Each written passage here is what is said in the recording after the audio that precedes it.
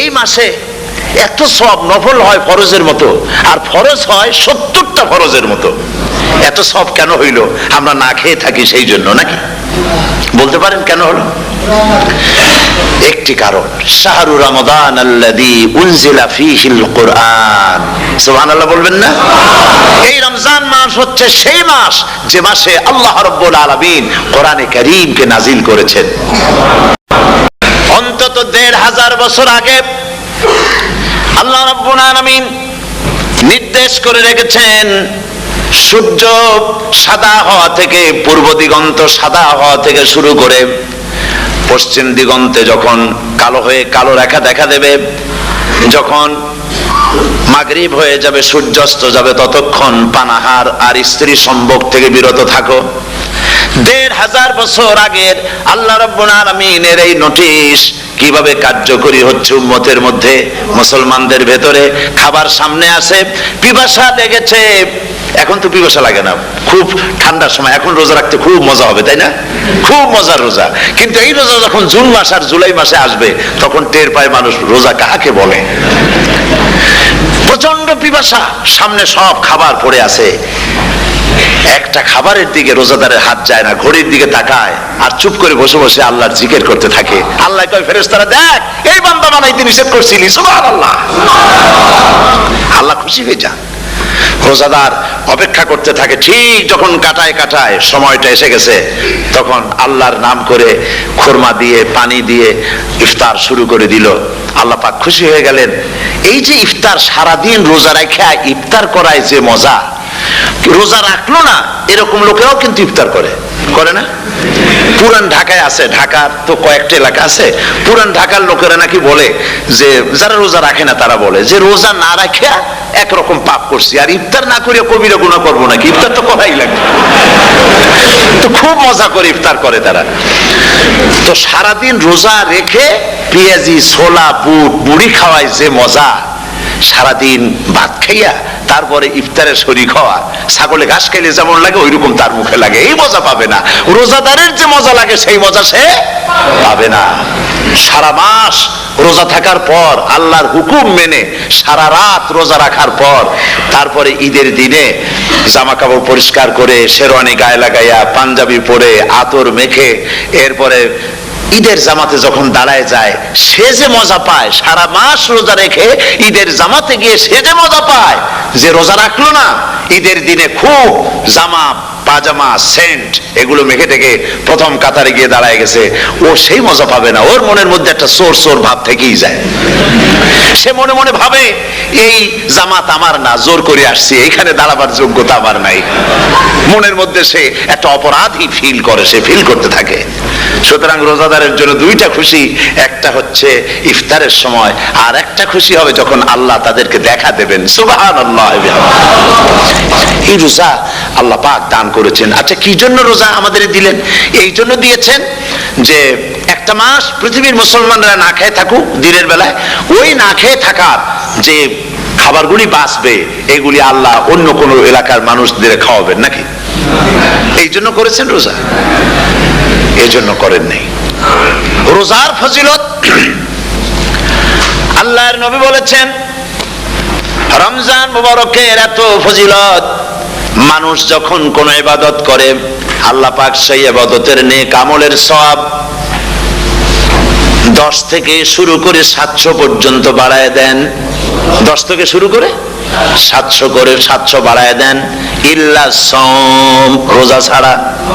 নবীজি বলেছেন, রমজান মুবারকে কেউ যদি একটি নফল কাজ আদায় করে, একটি নফল ইবাদত করে, অন্য মাসের একটি ফরজ আদায় করার সওয়াব আল্লাহ পাক নামায়ে আমলে দিয়ে দিবেন।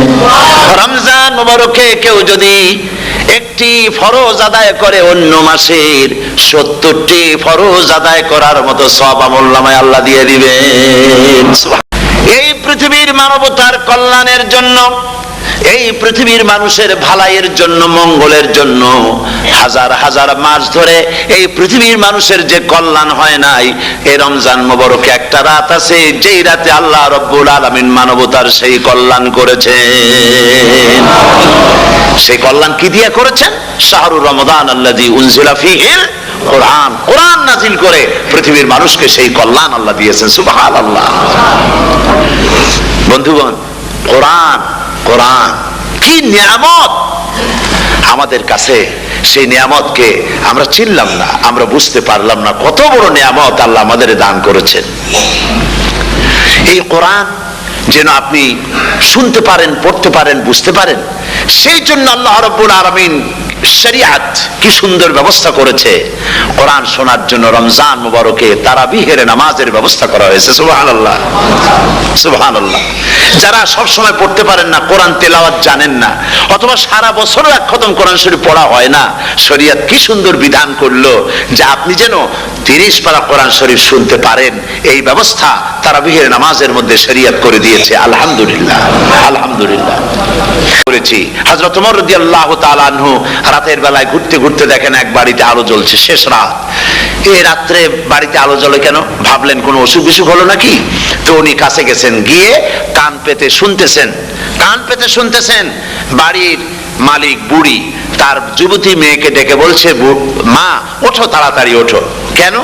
কয় যে সকাল তো হয়ে গেল, দুধ দই এনেছি, আমি দুধ এনে রাখছি, এখন তুমি পরিমাণ মতো সবটা পাত্রে পানি দিয়ে ভরে দাও, তাহলে ওজন বেশি হবে আর আমরা ভালো লাভ করতে পারবো। মেয়ে বলছে, মা তুমি বলো কি, এটা আমার দ্বারা সম্ভব না। কেন সম্ভব নয়? হযরত ওমর এক ফরমান জারি করেছেন, তিনি বলেছেন দুধে তিনি পানিতে, দুধের মধ্যে পানি মিশাতে নিষেধ করেছেন। তাছাড়া রাসূল করিম সাল্লাল্লাহু আলাইহি ওয়াসাল্লাম খাদ্যদ্রব্যে ভেজাল দিতে নিষেধ করেছেন। কাজী হযরত ওমরের এই নির্দেশকে আমি অমান্য করতে পারবো না। মা বলছে, দেখো ওমর এখন তো ঘুমাইতেছে, এত রাত্রে তিনি কি এখানে আসছেন নাকি আমাদের এই কারবার দেখতে? তুমি পানি মিশাও ইচ্ছে মতো। মেয়ে বলছে, মা হযরত ওমর ঘুমাতে পারেন, তার পুলিশেরা, তার গোয়েন্দা বিভাগের লোকেরা ঘুমাতে পারেন, হযরত ওমরের চোখকে ফাঁকি দেওয়া যাবে, হযরত ওমরের পুলিশকে ফাঁকি দেওয়া যেতে পারে, কিন্তু আল্লাহ রাব্বুল আলামিনের চোখকে ফাঁকি দেওয়া যাবে না। আমার পক্ষে সম্ভব নয়, আমি দুধে পানি মিশাতে পারবো না। হযরত ওমর রাদিয়াল্লাহু তাআলা চলে গেলেন, গিয়ে তার ছেলেকে ডেকে বললেন, ছেলে আমি তো এখন বুড়া হয়ে গেছি, আমি এখন বুড়া হয়ে গেছি, আমার বিয়ের বয়স নাই, আমি একটা মেয়ের খোঁজ নিয়ে আসছি, যদি আমার বয়স থাকতো এই মেয়েটার আমি বিয়ে করতাম। সুবহানাল্লাহ, সুবহানাল্লাহ। এই মেয়েটা তুমি খোঁজ নাও, যদি বিয়ে না হয়ে থাকে তুমি প্রস্তাব দাও বিবাহের। কি সৌন্দর্য তিনি দেখলেন মেয়েটার মধ্যে, স্বাস্থ্য, রূপ, যৌবন, কি দেখলেন? তাকওয়া। জোরে বলেন না, কি দেখলেন? তাকওয়া। এই তাকওয়া তিনি দেখলেন। এই তাকওয়ার উপরে ভিত্তি করে আমিরুল মুমিনিন, অর্ধেকটা পৃথিবীর প্রেসিডেন্ট, খলিফাতুল মুসলিমিন, আমিরুল মুমিনিন হযরত ওমর তার ছেলের জন্য পুত্রবধূ করে তাকে ঘরে নিয়ে আসলেন। সুবহানাল্লাহ। ফায়দা কি হলো? ফায়দা এই হলো, এই মেয়ের গর্ভে যে মেয়ে হলো, সেই মেয়ের গর্ভে যে মেয়ে হলো, সেই মেয়ের গর্ভে ফারুক সানি হযরত ওমর ইবনে আব্দুল আজিজ রাহমাতুল্লাহ আলাইহির মতো ফারুক সানি আল্লাহ দান করে দিলেন। সুবহানাল্লাহ বিহামদি। এটা নাম হচ্ছে তাকওয়া। এই তাকওয়ার ব্যাপারে হযরত ওমর রাদিয়াল্লাহু তাআলা আনহু তিনি হযরত কাব বিন উবাই রাদিয়াল্লাহু তাআলা আনহুকে জিজ্ঞেস করেছিলেন যে তাকওয়ার একটা ব্যাখ্যা আপনি কি আমাকে বলতে পারেন, তাকওয়ার ব্যাখ্যাটা কি? তিনি বললেন, হ্যাঁ পারি। কি ব্যাখ্যা? তিনি বললেন যে দেখুন, তাকওয়ার ব্যাখ্যা হচ্ছে এই যে সংকীর্ণ একটি রাস্তা, সরু ন্যারো একটা রোড, এই ন্যারো রোডের দুই দিকে আছে কাঁটাযুক্ত লতা পাতা। এই কাঁটাযুক্ত লতা পাতার মধ্য দিয়ে এই সরু রাস্তা দিয়ে আপনি যখন যাবেন তো কিভাবে যাবেন? হযরত ওমর বললেন, আমার জামা কাপড় এইভাবে খুব আটোসাটো করে আমরা যাব, যাতে করে গায়ের চামড়াও না ছেড়ে আমার জামাও যাতে না ছিঁড়ে যায়।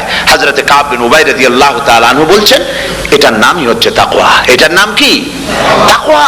এটার নাম হচ্ছে তাকওয়া। দুনিয়ার অসংখ্য পাপের ভেতর থেকে আপনি চলে যাবেন, পাপ যেন আপনাকে স্পর্শ করতে না পারে। এটার নাম তাকওয়া। বাইন মাছ নিশ্চয়ই খেয়েছেন আপনারা, না লন্ডনে পাওয়া যায় না?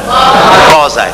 এই বাইন মাছ যারা খেয়েছেন আপনারা, আমি জানি না আপনারা জানেন কিনা, বাইন মাছ কোথায় থাকে? পানিতে থাকে না কাদায় থাকে?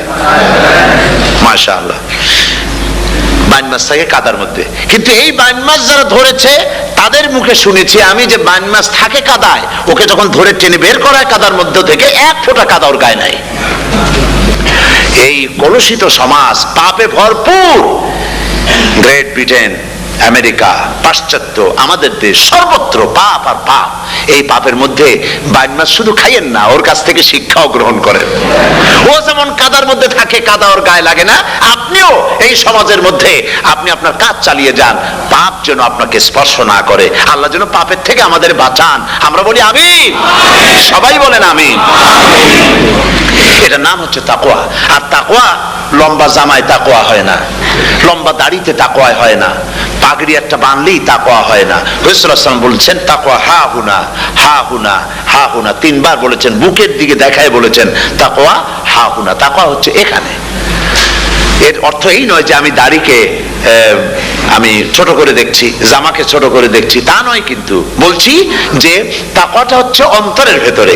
এই অন্তরের ভেতর থেকেই এটার বহির প্রকাশ হতে হবে। আপনার কথায়, আপনার বলায়, আপনার ওঠায়, আপনার বসায়, আপনার চালচলনে, আপনার বিয়ে শাদীতে, আপনার ব্যবসা বাণিজ্যের সর্বত্র তাকওয়ার ছাপ প্রদর্শিত হতে হবে। তাহলেই আমার মধ্যে তাকওয়া এসেছে বলে প্রমাণ হবে। আর এটাই আল্লাহ পাক চান।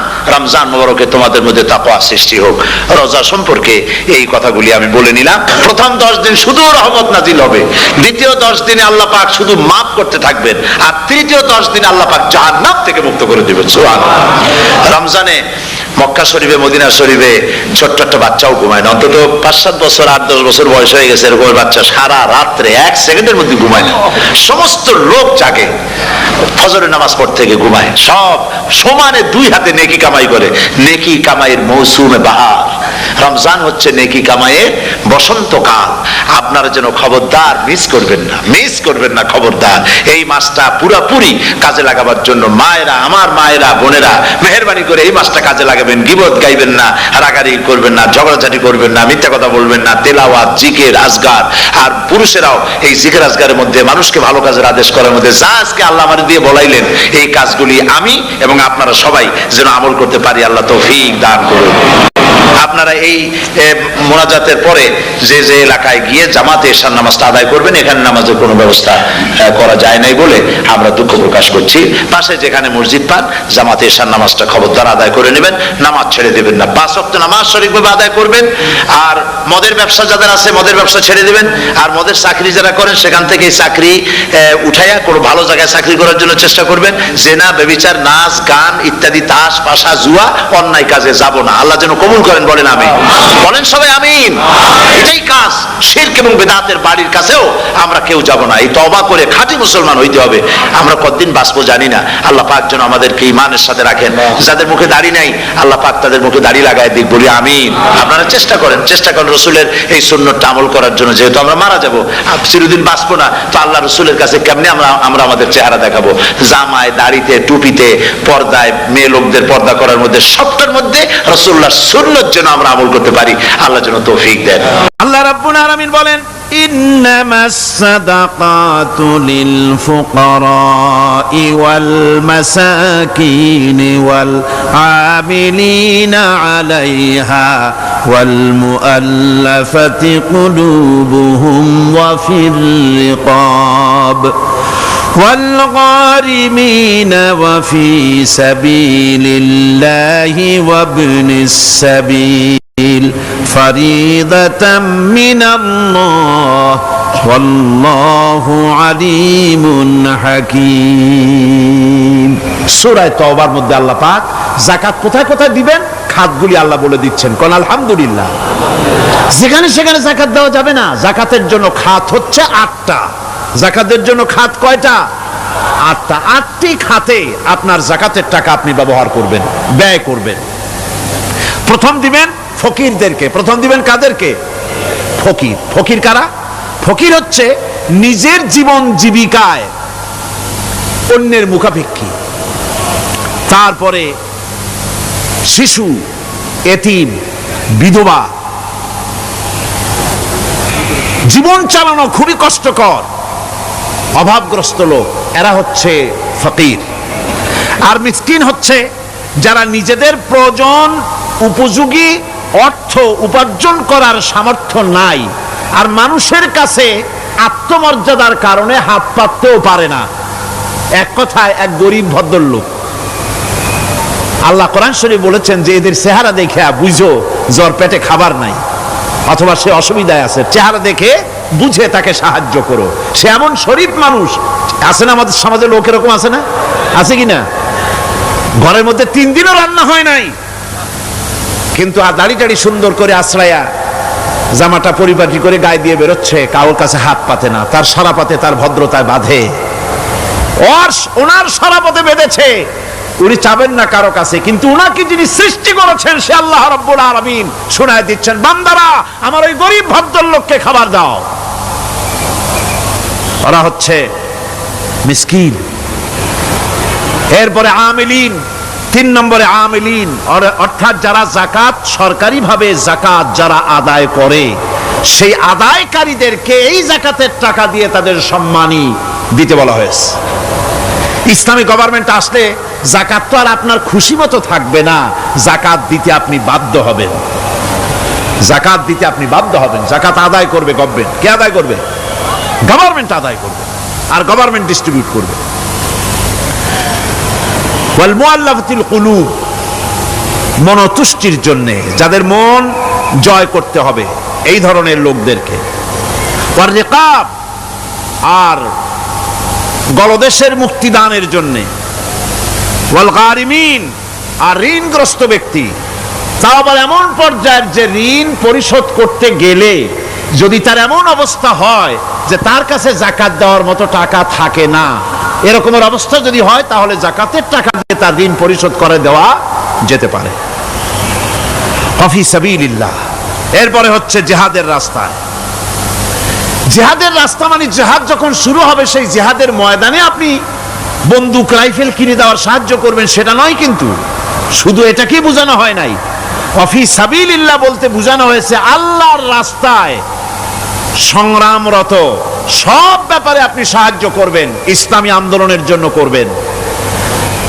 যারা ইসলামের জন্য বইপত্র লেখে তাদের জন্য করবেন, যদি পয়সায় কুলাতে না পারে সেখানে সাহায্য করবেন। ইসলামী আন্দোলনকে বিজয় করার জন্য সাহায্য করবেন। এক কথায় আল্লাহর রাস্তা বলতে যা বুঝায় এগুলিকে দিবেন। ইবনে সাবিল, এরপরে পথিক মুসাফির। পথিক মুসাফির সে যদি বাড়িতে ধনী থাকে, ঢাকায় ধনী, কিন্তু চট্টগ্রামে এসে সর্বহারা হয়ে গেছে, টাকা পয়সা সব লুটপাট হয়ে গেছে, এখন বাড়ি ফেরার উপায় নাই, যাকাতের টাকা দিয়ে তাকে সাহায্য করা যেতে পারে। এই 8টি খাতে এভাবে যাকাত দেওয়ার জন্য আল্লাহ খাত সৃষ্টি করেছেন। কয়টা খাত হলো? 8টা খাত। কোরআনে কারীমের 3টি আয়াতে যাকাতের কথা এভাবে বলা হয়েছে, ইয়া আইয়ুহাল্লাযীনা আমানু আনফিকু মিন তাইয়্যিবাতি মা কাসাবতুম ওয়া মিম্মা আখরাজনা লাকুম মিনাল আরদ। হে ইমানদার লোকেরা, তোমরা যেসব পবিত্র অর্থ সম্পদ উপার্জন করো সেগুলি, এবং আমি জমিন থেকে তোমাদের যে ফসল দান করি, ফসল উৎপাদন করে দেই, তার থেকে তোমরা আল্লাহর পথে খরচ করো। এগুলো 1 নম্বর আয়াত। 2 নম্বর, প্রথম আয়াত বলা হয়েছে সূরা বাকারায়, আর সূরা আনআমে বলা হচ্ছে কুলু মিন সামারিহি ইযা আসমারা ওয়া আতু হাক্কাহু ইয়াওমা হাসাদিহি। তার উৎপাদিত ফল ফসল তোমরা খাও, আর ফসলের একটি অংশ ফসল কাটার দিনেই আল্লাহর হকটা, আল্লাহর অধিকারটা আদায় করে দাও। যেদিন তোমরা ফসল কাটবে সেদিনই অধিকারটা আদায় করে দাও। এই যে একটা ফরজ, এই ফরজটা মুসলমানেরা বেমালুম ভুলে গিয়েছে।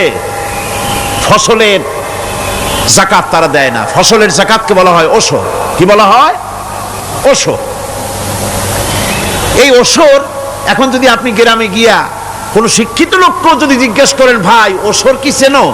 সে বলবে, ভাই ওশর এটা কি জাতীয় প্রাণী, সারপোকা না তেলাপোকা না আরশোলা, আমি তো এই নামটাম তেমন শুনি টুনি নাই, বুঝবি না ওশরটা কি জিনিস। অথচ নামাজ রোজার মতোই ফরজ ওশর আদায় করা। কবে আদায় করবেন? যেদিন আপনি ফসল কাটবেন সেই দিনই ওসর আদায় করে দিবেন। পরিমাণটা কি হবে? পরিমাণ হবে আকাশের বৃষ্টির পানি দিয়ে, আকাশের বৃষ্টির পানি দিয়া যদি ফসল হয় তাহলে দিবেন 10 ভাগের 1 ভাগ। 10 মণ যদি ধান হয়, গম হয়, ডাল হয়, 1 মণ আল্লাহর অধিকার আদায় করে দিবেন। অধিকারটা কার? আল্লাহ কি করবে দিয়া? আল্লাহর অধিকার মানে গরিবের অধিকার, গরিবের হক। এই অধিকারটা আদায় করে দাও। 10 মণ হলে কয় মণ? কি হলে? যদি আকাশের বৃষ্টির পানিতে হয়। আর যদি আপনার সেচের মাধ্যমে হয়, সেচ পরিকল্পনার মাধ্যমে পয়সা খরচ করে পেট্রোল ডিজেল লাগায়া ইঞ্জিন চালাইয়া পানি উঠাইয়া কষ্ট করে ফসল ফলাইছেন, তাহলে আল্লাহ পাক বলছেন 10 মণে 1 মণ দেওয়া লাগবে না, তোমার খরচ হইছে বেশি। বান্দারে, তোমার উপরে আল্লাহ পাক জুলুম করবেন না, এবার 20 মণ হলে তার থেকে 1 মণ দিও। সুবহানাল্লাহ। ওয়ামাল্লাহু বিযাল্লামিল লিল আবিদ। আল্লাহ রাব্বুল আলামিন তার বান্দার উপর জুলুম করেন না। সুবহানাল্লাহ কোন। এইভাবে করে ওসরের যাকাতটা তোমরা ঠিকমতো আদায় করে দিও। ওসরটা দিও, ফসলের ওসর দিও আর টাকার যাকাত দিয়ে দিও। যারা এটা দিবে না তাদের সম্পর্কে আল্লাহ পাক সূরা তওবার ভিতরে বলেছেন, والذين يكنزون الذهب والفضة ولا ينفقونها في سبيل الله فبشرهم بعذاب أليم। যারা নাকি স্বর্ণ এবং রৌপ্যকে সঞ্চয় করে, জমা করে, ওয়ালা ইউনফিকুনাহা ফি সাবিলিল্লাহ, আর আল্লাহর রাস্তায় তা খরচ করে না, ফাবাশশিরহুম বিআযাবিন আলীম, তাদেরকে কঠিন পীড়াদায়ক শাস্তির সুসংবাদ দাও। পীড়াদায়ক শাস্তির কি দাও? শাস্তির কি সুসংবাদ হয় নাকি? হয়তো উচিত ছিল শাস্তির দুঃসংবাদ শোনাও, না, আল্লাহ বলছেন সুসংবাদ শোনাও। এটার দৃষ্টান্তটা আমার ভাষায় আমি মানুষকে এভাবে বুঝাই। ছেলে খুব দুষ্ট, দুষ্টামির ঠেলায় অস্থির, তার মা মোটেই সামলাতে পারছে না। তখন মা বলে, বেটা আমার কথা তো শুনলি না, তোর বাবা আসুক, তারপরে আমি তারে নালিশ করব। এমন পিট্টি দেবে, মজা টের পাবি। তখন পিট্টি দিলে কি মজা লাগে নাকি? তার মানে শাস্তির তীব্রতা বুঝাবার জন্য বলা হচ্ছে, মজাটা টের পাবা। আল্লাহ রাব্বুল আলামিন বলছেন, কঠিন পীড়াদায়ক শাস্তির সুসংবাদ ওদের দাও, সোনা রূপা যারা জমা করে রাখে, যাকাত দেয় না, আল্লাহর রাস্তায় খরচ করে না। সোনা এখন পুরুষেরাও ব্যবহার করা আরম্ভ করছে। অবশ্য চিটাগংয়ে এমন কাম শুরু হয় নাই। ছাত্র, শিক্ষক, অফিসার গলা একটা সোনার চেন, শীতের দিনেও সামনের বোতাম খুলে রাখে যাতে চেনটা সকলে দেখে। মিয়া সাহেব, এটা সোনার চেন না, জাহান্নামের আগুনের শিকল পড়েছ। পুরুষের জন্য এক রত্তি সোনাও হারাম। তোমার শরীরের সৌন্দর্য বাড়াবার জন্য স্বর্ণ ব্যবহার করতে পারবা না। স্বর্ণ রৌপ্য জমা করলো আর আল্লাহর রাস্তায় খরচ করলো না। রব্বুল আলামিন বলেন, ইয়াউমা ইউহমা আলাইহা ফি নারি জাহান্নামা ফাতুকওয়া বিহা জিবাহুহুম ওয়া জুনুবুহুম ওয়া যুহুরুহুম। একদিন আসবে এমন, যেদিন এই সঞ্চিত ধনরাশি, সোনা দানাগুলি জাহান্নামের আগুন দিয়ে জ্বালানো হবে। আর জাহান্নামের আগুন দিয়ে জ্বালায়া এইগুলি দিয়ে তার পিঠের উপরে আর পাঁজরে সিল মারা হবে জাহান্নামের আগুন দিয়া। বলা হবে, হাদা মা কানাজতুম লিআনফুসিকুম ফাযুকু মা কুনতুম তাকনিজুন। মজা চাখো, স্বাদ গ্রহণ করো এ হলো তোমার সেই সঞ্চিত সম্পদ, সঞ্চিত ধনরাশি যা তুমি জমা করেছো আর আল্লাহর রাস্তায় খরচ করনি, এখন এর শাস্তি গ্রহণ করো। সুতরাং সঞ্চয় করা, মাল জমা করা এক শ্রেণীর লোক আছে। আল্লাহ পাক বলছেন আল্লাযী জামা মালান ওয়া আদ্দাদা, মাল জমা করে আর মোছে তেল মাখে। টেলিফোন করে, হ্যালো সোনালী ব্যাংকের ম্যানেজার সাহেব নাকি? বলে হ্যাঁ, দেখুন তো আমার ব্যালেন্সটা কত। উনি বললেন, বল্টু সাহেব আপনার ব্যালেন্স হচ্ছে 50,77,372 টাকা 79 পয়সা। তখন মোজ ঘষে, আতর লাগায়, তেল মাখে আর মনে মনে আনন্দ হয়, আরো কিছু জমা করতে পারলেই তো কঠিন কোটায় পৌঁছে যাব। আল্লাযী জামা মালান ওয়া আদ্দাদা, মাল জমা করে আর গুনতে থাকে, আল্লাহর রাস্তায় খরচ করে না। আল্লাহ রাব্বুল আলামিন বলছেন খুয মিন আমওয়ালিহিম সাদাকাতান তুতাহহিরুহুম ওয়া তুযাক্কিহিম বিহা, তাদের অর্থ সম্পদ থেকে যাকাত উসুল করে তাদেরকে পবিত্র করে দাও। যাকাত আদায় করার মানেই হলো তার সম্পদগুলি পাক হয়ে গেল। কোন আলহামদুলিল্লাহ, সম্পদ পাক হয়ে গেল, পবিত্র হয়ে গেল। আর যেই সম্পদের যাকাত দেওয়া হয় না, আল্লাহর রাস্তায় খরচ করা হয় না, তা সম্পূর্ণরূপে অপবিত্র, নাপাক। কি পরিমাণ সম্পদের নিসাবটা কেমন হবে? নিসাব হবে 52.5 তোলা রৌপ্য যদি আপনার কাছে থাকে, আপনি বাজার দর হিসাবে যাকাত দিবেন। স্বর্ণ 7.5 তোলা পর্যন্ত যদি হয়ে যায়, তাহলে অবশ্যই বাজার দর হিসাবে প্রতি বছর তার যাকাত দিবেন। ছাগল যদি 40টা থাকে যাকাত দিবেন, গরু যদি 30টা থাকে তাহলে যাকাত দিবেন। যাকাতের মাসলাটা খুবই কঠিন, যেখানে সেখানে গিয়ে জিজ্ঞেস করে এর জবাব পাওয়া সুকঠিন হয়ে যাবে। এই জন্য মাল পবিত্র করার জন্য, জাহান্নামের কঠিন শাস্তি থেকে বাঁচার জন্য আমি আপনাদেরকে উপদেশ দেব, সাজেশন করব, পরামর্শ দেব একটা বই পড়ার জন্য। বইটা লেখক হচ্ছেন আল্লামা ইউসুফ আল কারজাবী। বর্তমান আসরে, এই বর্তমান বিশ্বের একজন সাহসী মুফাক্কির ইসলাম, কাতার ইউনিভার্সিটির শরিয়া ফ্যাকাল্টির ডিন। তার লেখা ফিকহুজ যাকাত,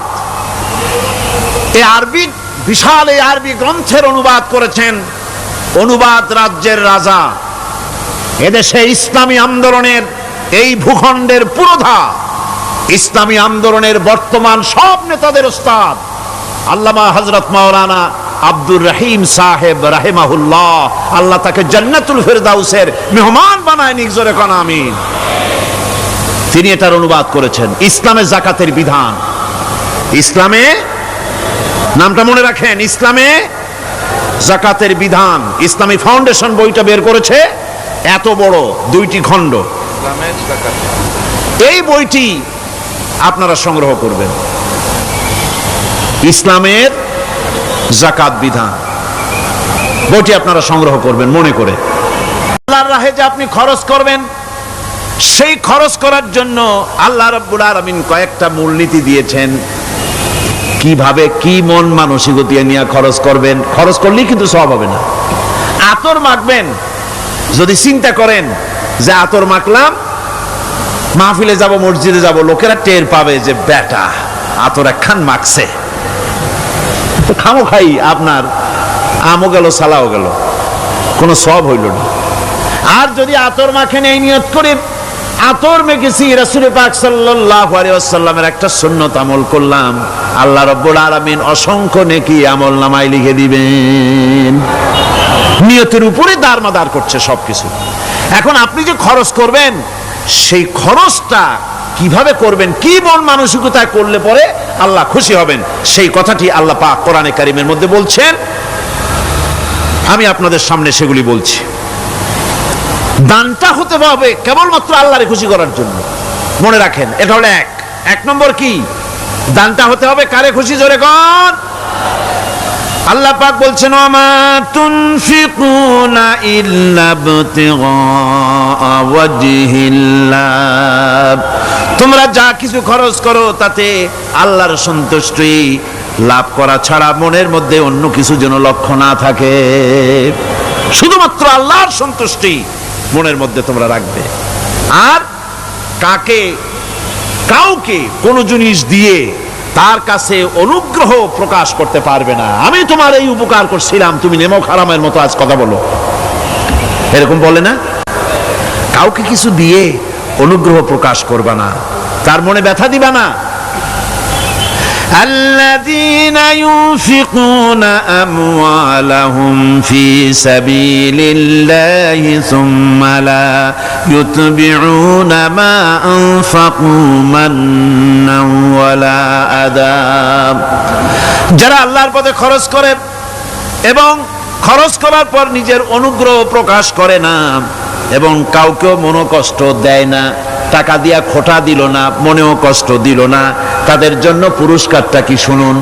আল্লাহ পাক বলেন পুরস্কার হচ্ছে লাহুম আজরুহুম ইনদা রাব্বিহিম ওয়ালা খাউফুন আলাইহিম ওয়ালা হুম ইয়াহজানুন, ওদের জন্য তার পরওয়ারদিগারের কাছে রয়েছে বিরাট পুরস্কার, আজরে আজিম। এদের জন্য কোনো ভয় নাই, কোনো চিন্তাও নাই, কিয়ামতে ডাইরেক্ট জান্নাতে চলে যাবে। সুবহানাল্লাহ। দানের এত ফজিলত যা ভাই আমি বলে শেষ করতে পারবো না, এত ফজিলত আল্লাহ দানের মধ্যে রেখেছেন। ত্যাগেই তো শান্তি, ভোগে শান্তি নাই, মজা কিসে? জোরে কন্যা মজা কিসে? ত্যাগের ভিতরেই মজা। এরপরে আল্লাহ পাক বলছেন আল্লাহর পথে 3 নম্বরে হতেছে আল্লাহর পথে যা খরচ করবা বেছে বেছে ভালো জিনিসটা দিও, বাইসা বাইসা ছেঁড়া জামাটা দিও না। পকেটে হাত দিয়া দান করবে, পকেটে হাত দিয়া হাত আর বাইর করে না। কারণ কি? খুঁজে দেখে যে 10 পাই না, 4 না, কম পয়সাটা দেবে, 12টা দেবে না। টাকা বের করে ওর মধ্যে ময়লা পচা গন্ধ লাগে, ওইটা দান করবে, আর টাটকা টাকাটা পকেটে রেখে দেবে। এই স্বভাব আমাদের আছে কিনা? আছে কিনা? আরে বাবা, টাকা কি আপনি পকেটে রাখতে পারবেন? ওটা দেওয়া লাগবে না, এরে দেন তারে দেন, কাউকে কিন্তু দেবেনি। আমাদের এই বদভ্যাস আল্লাহ আমাদেরকে মাফ করুন, কোন আমিন বলেন। আমিন।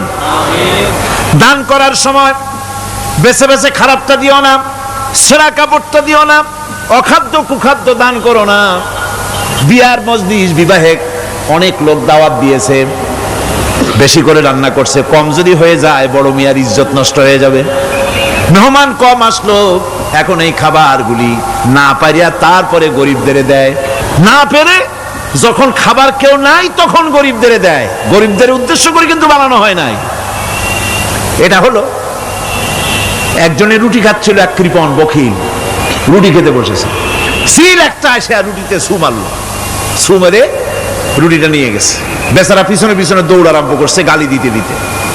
মরার সিল, আর তুই জায়গা পাইলি না।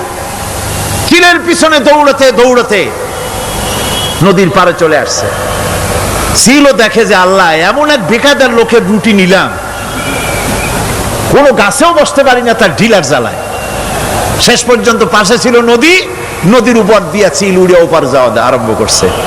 বকিল বেচারা দাঁড়াই থাকে, দিলাম ফি সাবিলিল্লাহ, আল্লাহর রাস্তায় দিলাম। এর তো কোনো মানে নাই। নিজে খেতে না পারে বাসি অখাদ্য কুখাদ্য এগুলি দিতে আল্লাহ পাক নিষেধ করেছেন। দিবা বাইসে বাইসে ভালো জিনিসটা, যেটা তোমার কাছে প্রিয় ওইটা দিও। তুমি যদি খারাপটা দাও তাহলে আল্লাহ তোমার দেবেন ওই মানের। কিয়ামত আছে না, কিয়ামত ওই মানের পাবা। আল্লাহ পাক বলছেন ইয়া আইয়ুহাল্লাযীনা আমানু আনফিকু মিন তাইয়্যিবাতি মা কাসাবতুম ওয়া মিম্মা আখরাজনা লাকুম মিনাল আরদ। তোমরা যে উপার্জন করেছো সেই উপার্জনে তোমাদের জন্য যা উপার্জন করেছো তাই, আর মাটি আমি যা তোমাদের জন্য দিয়েছি তার থেকে ভালো জিনিস, ভালো ভালো জিনিস আমার রাস্তায় খরচ করো। এটা কার অর্ডার? আল্লাহর অর্ডার। আর খরচ করার জন্য ওয়ালা তায়াম্মামুল খাবিসা মিনহু তুনফিকুন, খরচ করার জন্য বাইসা বাইসা খারাপগুলি জিনিসগুলি খুঁজে বেড়ায়ও না, ভালো জিনিসগুলি আমার রাস্তায় খরচ করো।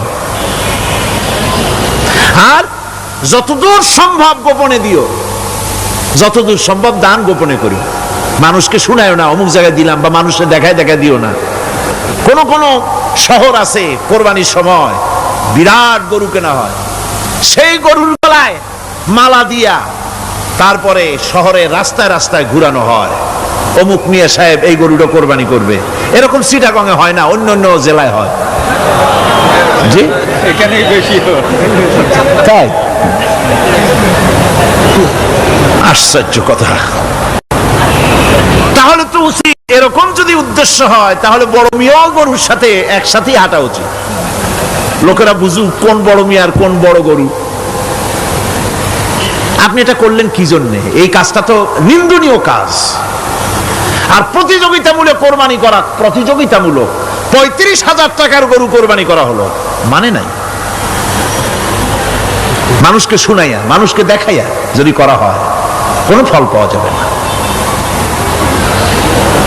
আমার বন্ধুগণ, আল্লাহ রাব্বুল আলামিন বলছেন মানুষকে দেখাবার জন্য দান সদকা করো না।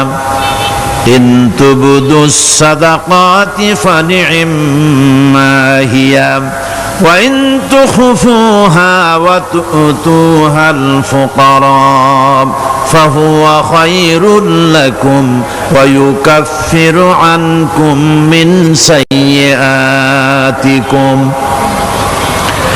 প্রকাশ্যভাবে খরচ করলে তা ভালো, আল্লাহ পাক বলছেন প্রকাশ্যভাবে খরচ করলে তা ভালো, কিন্তু গোপনে দান করা সবথেকে উত্তম। তবে প্রকাশ্যে দান করতে গিয়ে যদি এটা এই জন্য হয় যে আমি দিলে পরে আরো একজন উৎসাহিত হয়ে দেবে, সমাজ কল্যাণ পরিষদের এত বড় বিশাল মাহফিল, 16 লক্ষ টাকা খরচ হবে, দিলাম আমি 1 লাখ টাকা, এটা শুনাইয়া বলার পর আমার কথা শুনিয়া আরো যাদের টাকা আছে তারা হয়তো 2 লাখ দেবে, এই চিন্তা করে যদি তারগিবের জন্য, উৎসাহ প্রদানের জন্য, ইন্সপিরেশনের জন্য যদি হয়, এই নিয়ত হলে ক্ষতি নেই। কিন্তু সর্বাবস্থায় দানটা গোপন হয় ভালো। আল্লাহ পাক বলেন গোপনে যদি তুমি দান করো তাহলে আমি রব্বুল আলামিন ওই গোপন দানের বিনিময় তোমার সমস্ত গোপনীয় গুনাহগুলি আমি রব্বুল আলামিন মাফ করে দেব, তোমার গোপন গুনাহগুলি মাফ করে দেব। 5 নম্বরে হচ্ছে নির্বোধ আর অজ্ঞ লোকদেরকে প্রয়োজনের অতিরিক্ত টাকা দিবা না। দেখেন ইসলামের কি সুন্দর বিধান। বোকা, নির্বোধ, অজ্ঞ আছে না সমাজে? তুমি মহব্বতে, আল্লাহর মহব্বতে ওর লাগে 500 টাকা দিয়ে দিলা 5,000 টাকা, এ তো সর্বনাশ করে ফেলাবে, সে তো খারাপ জায়গায় তা ব্যয় করবে। এই জন্য অজ্ঞ লোকদেরকে, নির্বোধ লোকদেরকে প্রয়োজনের অতিরিক্ত দিতে আল্লাহ নিষেধ করেছেন। তবে আল্লাহর ইচ্ছা হচ্ছে এই যে যত বড় পাপী হোক আর যত বড় খোদাদ্রোহী হোক না কেন, প্রত্যেকের খাওয়া, পড়া, শিক্ষা, চিকিৎসা গ্যারান্টি দিতে হবে। সুবহানাল্লাহ। কোন এর নাম তো আল্লাহ, এর নাম কি? আল্লাহ পাক, যার ভেতরে কোনো কার্পণ্যতা নাই। আল্লাহরে মানলেও আল্লাহ খাইতে দেন, না মানলেও দেন, সকলকেই দেন সমভাবে।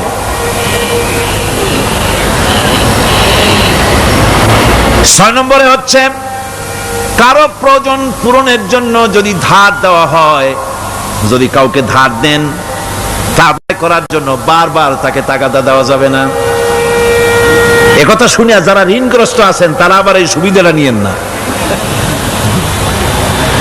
সামর্থ্য থাকতে যদি যার কাছ থেকে ধার এনেছেন তাকে যদি কষ্ট দেন, অবশ্যই আল্লাহর কাছে আসামি হতে হবে কিয়ামতের দিন, কোনো সন্দেহ নাই। আর যে ব্যক্তি ধার দিয়েছেন তিনি যদি বুঝতে পারেন যে এই লোকটি আসলেই নিয়ত ভালো কিন্তু দিতে পারতেছে না, তাহলে এমন লোককে বারবার তাগাদা দিতে আল্লাহ নিষেধ করেছেন। তাকে শরম দিও না, তাকে সময় দাও। وَإِنْ كَانَ ذُو عُسْرَةٍ فَنَذِرَةٌ إِلَى مَيْسَرَةٍ وأن تصدقوا خير لكم إن كنتم تعلمون। ঋণগ্রস্ত ব্যক্তির আর্থিক অবস্থা খারাপ হলে সচ্ছল হওয়া পর্যন্ত তাকে সময় দাও, আর তাকে যদি ক্ষমা করে দিতে পারো সেটা তো অনেক ভালো কথা, আল্লাহ তোমার প্রতি রহম করবেন। যদি ক্ষমার তাকে যদি সে দিতেই পারবে না এমন অবস্থা যদি হয়, তাহলে তাকে তুমি ক্ষমা করে দিও। কিছু সংখ্যক লোক আছে যারা ধার নিয়ে আসলেই ফাঁকি দিতে চায়, আছে না এমন সমাজে? না নাই? কিছু লোক আছে ধার নেয়, ভাই দেব 1 মাসের মধ্যে, কোনো সন্দেহ নাই। 6 মাস যায় তারপরেও দেয় না, অন্য কাজ করে মিটাই, অন্য কাজ মিটায়, কিন্তু এর টাকা পরিশোধ করে না। এরকম লোকও আছে, তারা আল্লাহর কাছে দায়ী হবে। একবার পত্রিকা দেখেছিলাম, কার বাড়িতে কার্টুন দিয়েছে, বাড়িতে বিরাট সাইনবোর্ড লাগাইছে, কুকুর হইতে সাবধান। তার বন্ধু বলছে, ভাই তুমি কুকুর কিনলে কবে? কয় যে না, কুকুর কিনি নাই, সাইনবোর্ড লাগাইছি পাওনাদারদেরকে ঠেকাবার জন্য, যাতে সহজে বাড়ির মধ্যে না ঢোকে। এই চালাকিটা আর কেউ বুঝুক আর না বুঝুক, আল্লাহ পাক তো খুব ভালো করেই বোঝেন। 7 নম্বরের কথা হলো দান করার ব্যাপারে, যে আপনি দান করতে করতে যা আছে সব ফতুর করে ফেলাবেন, এটা কিন্তু ইসলাম চায় না। আপনার সন্তান সন্ততিকে বঞ্চিত করে, স্ত্রী পুত্রকে বঞ্চিত করে সমানে দান করবেন, ঘরে না খায়া থাকবেন, এই অবস্থা যেন না হয়। খরচ করবেন কি? আল্লাহ পাক বলছেন, وَيَسْأَلُونَكَ مَاذَا يُنْفِقُونَ قُلِ الْعَفْوَ। নবী আপনাকে প্রশ্ন করা হয় কি খরচ করব, আপনি বলুন প্রয়োজনের অতিরিক্ত জিনিস যেটা আছে সেটাই আল্লাহর জন্য খরচ করে দাও। তোমার প্রয়োজন যখন মিটে গেছে, ব্যাংকের মধ্যে অসংখ্য টাকা জমা রাখা খালি গুনতেছে বসে বসে, তা না করে অভাবগ্রস্ত মানুষদের প্রয়োজন মিটাও। খরচ করার ভিতরে আর খরচ না করার ভিতরে ভারসাম্য রক্ষা করতে হবে। ولا تجعل يدك مغلولة إلى عنقك ولا تبسطها كل البسط فتقعد ملوما محسورا। তোমাদের দানের হাত গুটায় একেবারে গলার সাথে বেঁধে রেখো না, আবার এমন বেশি ছেড়েও দিও না, কারণ এর ফলে তোমাকে অনুতপ্ত হওয়া লাগতে পারে, কার্পণ্যতাও না হয়, আর দ্বিতীয় জমের মতো দিয়ে সব ফতুরু না হয়ে যাও। দুটোর মধ্যে ব্যালেন্স হতে হবে। আর 8 নম্বরে কথা হচ্ছে এই যে এই দানের উপযুক্ত কারা। আপনি তো যাকাত দিবেন কাদের, সে কথা আল্লাহ বলে দিয়েছেন, আগে বলা হয়েছে না? কয়টা খাতে দিবেন? মাশাআল্লাহ, মনে আছে আপনাদের। আর এমনি সাধারণ দান সাদকা কাদেরকে দিবেন, উপযুক্ত পাত্র কারা, তার একটা লিস্ট আল্লাহ দিচ্ছেন। وبالوالدين إحسانا وبذي القربى واليتامى والمساكين والجار ذي القربى। নিজের পিতামাতা, নিকট আত্মীয়, ইয়াতিম, মিসকিন এবং আত্মীয় প্রতিবেশী, তাদেরকে দিবে। আমি কিন্তু এখন যাকাতের কথা বলছি না, মা বাপকে যাকাত দেওয়া যাবে না। এটা হচ্ছে দান, সহযোগিতা করা, ইহসান করা। এই ইহসান মা বাপকে, প্রতিবেশী আত্মীয় যারা, মিসকিন যারা, এতিম যারা, অনাত্মীয় প্রতিবেশী যারা, চলার সাথী, প্রবাসী এবং নিজের চাকর চাকরানি যা কিছু আছে, এই সকলকেই এই সাহায্য করতে হবে, একথা আল্লাহ বলে দিয়েছেন। এবং আমরা যে আয়াত আলোচনা করতেছি সে আয়াতের ভিতরেও এই ফিরিস্তি আল্লাহ পাক বলে দিয়েছেন। আল্লাহর রাস্তায় যারা দান করবে তাদের সম্পর্কে আল্লাহ বলছেন এখন, مثل الذين ينفقون أموالهم في سبيل الله كمثل حبة। আল্লাহর রাস্তায় খরচ করা এর দৃষ্টান্ত হলো একটা দানার মতো, যেই দানাটা থেকে 7টা ডাল বেরিয়ে গেল। ফি কুল্লি সুমবালাতিন মিআতু হাব্বা, একটা দানা থেকে 7টা ডাল বেরোলো, এক একটা ডালে 100 করে দানা হলো, সব মিলাইয়া 700 দানা হয়ে গেল। والله يضاعف لمن يشاء والله واسع عليم। আল্লাহ পাক বলেন এই পৃথিবীতে একটা দানায় 700 দানা যে আল্লাহ রাব্বুল আলামিন তোমার হাতে ধরায় দিলেন, সে আল্লাহ পাকের ব্যাংকে যদি টাকা জমা রাখো, আল্লাহর রাস্তায় যদি খরচ করো, 700 গুণ বাড়াইয়া আল্লাহ তোমার হাতে ধরাইয়া দিবেন। আল্লাহু ইউদাইফু লিমান ইয়াশা, আর আল্লাহ ইচ্ছে করলে এর থেকেও বেশি তোমাকে দান করবেন। সুবহানাল্লাহ কোন জোরে। আর এই দান করতে হবে মরার আগে। কোন সময় দেবেন কোন? আমার দেশে বহু মুসলমান আছে যারা বলে হুজুর আসি আপনাদের পিছনে, যা বলেন আসি জীবন দিয়া দেব। এরা খুব চালাক, জীবন দিতে চায়, মাল দিতে চায় না। আল্লাহ তো আগে জীবন চায় নাই, আল্লাহ আগে কি চেয়েছেন? কোন আল্লাহ আগে কি চেয়েছেন? আল্লাহ চেয়েছেন মাল। وَتُجَاهِدُونَ فِي سَبِيلِ اللَّهِ بِأَمْوَالِكُمْ وَأَنفُسِكُمْ। আল্লাহ পাক বলেন জিহাদ করো আমার রাস্তায় মাল দিয়ে আর জান দিয়ে। মাল দাও আগে, মাল না দিয়া যদি আগে মরে যাও, মালটা তো থেকেই গেল। সুতরাং মাল আগে আমার রাস্তায় দাও। দেবা কখন? মরার আগে দাও।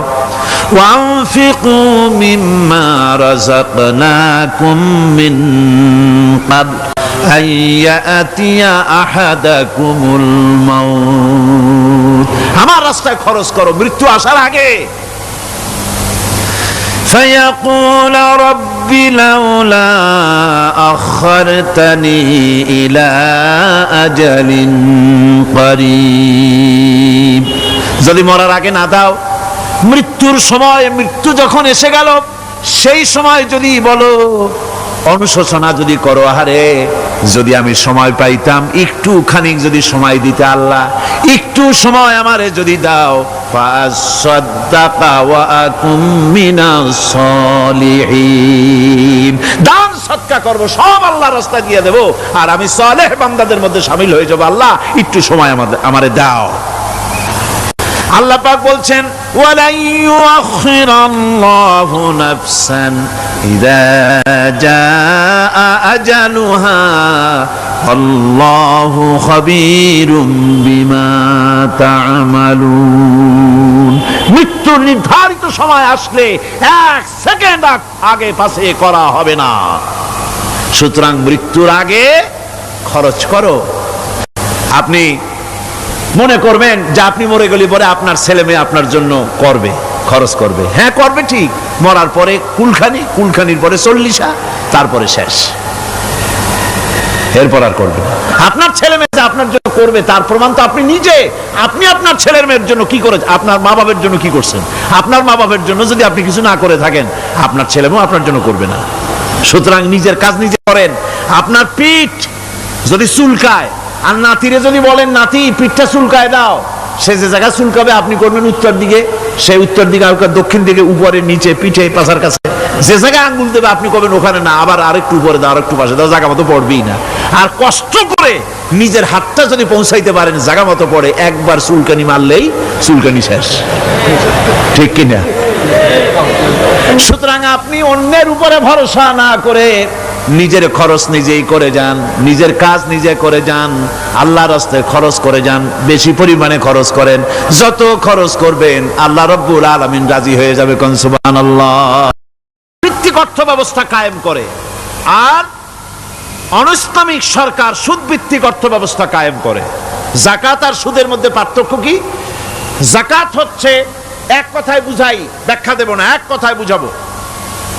যাকাত হচ্ছে ধনীদের কাছ থেকে নেও, গরিবদেরকে দাও। আবার শুনুন, যাকাত হচ্ছে ধনীদের কাছ থেকে নাও, গরিবদেরকে দাও। আর সুদ হচ্ছে গরিবদের কাছ থেকে নাও, ধনীদেরকে দাও। টাকায় টাকা টানে, একজনে শুনছিল টাকায় টাকা টানে, সে মনে করলো কেমনে টাকায় টাকা টানে। তারপরে সে এক ব্যাংকের সামনে গিয়ে অনেক টাকার মধ্যে নিজের একটা টাকা ছুঁড়ে মেরেছে। ঘন্টা 2 দাঁড়ায় আছে, দেখে যে তার টাকা আসে না। তখন ব্যাংকের দারোয়ান এসে পিছন থেকে গলাটা ঠেসে ধরছে, বেটা তুমি চোর নাকি না হাইজাকার না মাস্তান না সাদাবাজ? কয় যে না, আমি এর কোনোটাই না। তাহলে এই পজিশন নিয়ে দেখতেছো কি? কয় যে আমি শুনছিলাম টাকায় টাকা টানে, সেজন্য আমার পকেটে একটা টাকা ছিল, ওই যে ক্যাশিয়ার টাকাগুলি গুনতেছে ওইখানে মারলাম, দেখেনি টাকা, আমার টাকায় কিছু টাকা টাইনে আনে। এতক্ষণ দাঁড়ানো, আমার টাকা তো টানলই না, আমার যে একটা টাকা তাও আসে না। দারোয়ান বলছে, বেটা তুমি ঠিকই শুনেছো, টাকায় টাকা ঠিকই টানে, ওই অনেকগুলা টাকা তোমার একটা টাকারে এমন ভাবে টাইনিয়া ধরছে, বাইরে আবার উপায় নাই। সুদভিত্তিক অর্থ ব্যবস্থায় গরিবরা এভাবে শোষিত হয়। শোষিত হয় কারা? গরিবরা। সিনেমা কারা বানায়? ধনীরা। শোষিত হয় কারা? গরিবরা। লক্ষ্য করেন, তাকান, আল্লাহর কথা কত বাস্তব। ধনীরা সিনেমা বানায়, শোষিত হচ্ছে গরিবেরা। রিক্সা চালায়, ঠেলা গাড়ি চালায়, মাথার ঘাম পায়ে ফেলেছে, পরিশ্রান্ত হয়েছে, বিকাল বেলায় সেই টাকা নিয়ে যাচ্ছে বাজার করতে, সিনেমা হলের সামনে যায় দেখে সর্বনাশ, যুবক একটা যুবতীর জড়ায় ধরছে দুই হাত দিয়া, নিচে লেখা কি যে প্রেম আর কত যে জ্বালা। বেচারা গরিব মানুষ মাথা গরম হয়ে গেছে এটা দেখিয়া, যে বাইরে যদি এত জ্বালা, ভিতরে না জানি কত মজা। যে টাকা দিয়ে চাউল কিনতো সেই টাকা দিয়া টিকিট কিনে সিনেমায় ঢুকলো। এর মাথা ঘামানো পয়সাগুলি পাইলো কে? বড় লোকই পেল। বড় লোকেরা ব্যাংকে টাকা রাখে, গরিব মানুষেরা ব্যাংক থেকে টাকা লোন নেয়।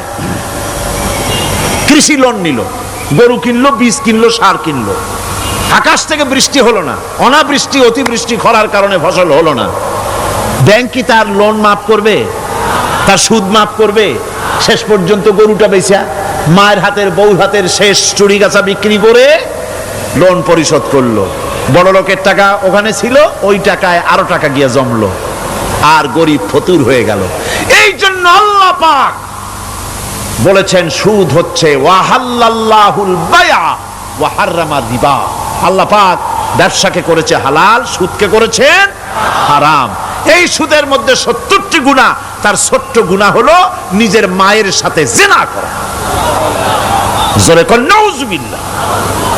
মায়ের সাথে জিনা করার চাইতেও নিকৃষ্ট, এটা হলো ছোট গুনাহ। টের পাইছেন? এটি হলো ছোট গুনাহ। তাহলে বড় গুনাহ কি? বড় গুনাহ হচ্ছে আল্লাহ আর তার রাসূলের সাথে যুদ্ধ করা। নাউজুবিল্লাহ পড়ে। সুতরাং এই সুদভিত্তিক অর্থ ব্যবস্থার,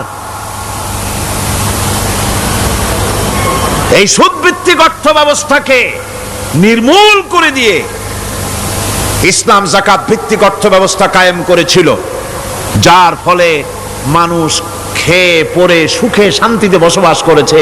চুরি নাই, ডাকাতি নাই, জেনা নাই, ব্যভিচার নাই, হত্যা নাই, ধর্ষণ নাই।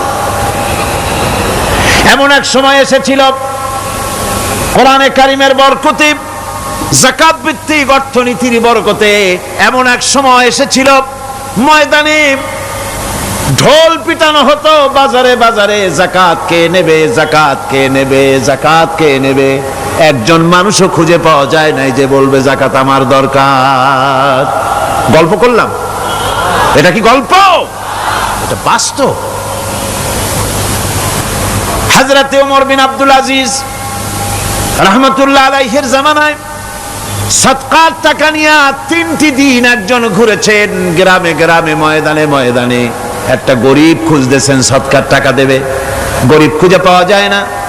ক্লান্ত শ্রান্ত হয়ে মরুদ্যানের ভিতরে আরাম করতেছেন, এমন সেখানে আরেকটা লোক আসছে, ধুলা মলিন বড় একটা বস্কা তার সাথে।